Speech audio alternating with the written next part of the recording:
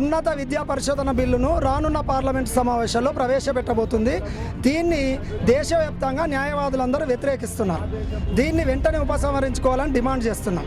ఈ చట్టం ద్వారా, ఈ బిల్లు ద్వారా న్యాయవాద హక్కుల కోసం పనిచేసే బార్ కౌన్సిల్ యొక్క పవర్స్ రద్దు చేయబడుతున్నాయి.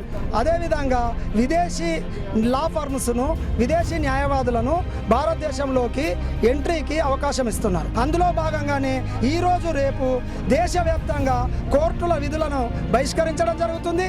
కపిల్ సిబాల్ యొక్క దిష్టిబొమ్మలు తగలబెట్టడం జరుగుతుంది. అదేవిధంగా బిల్లు కాపీలను తగలబెట్టడం జరుగుతుంది. ఒకవేళ కేంద్ర ప్రభుత్వం దిగిరాకపోతే మరి రానున్న పార్లమెంటు సమావేశాల మొదటి రోజు ఢిల్లీలో జంతర్ మంతర్ దగ్గర లక్షలాది న్యాయవాదులతో పెద్ద ఉద్యమాన్ని చేపట్టబోతున్నాం.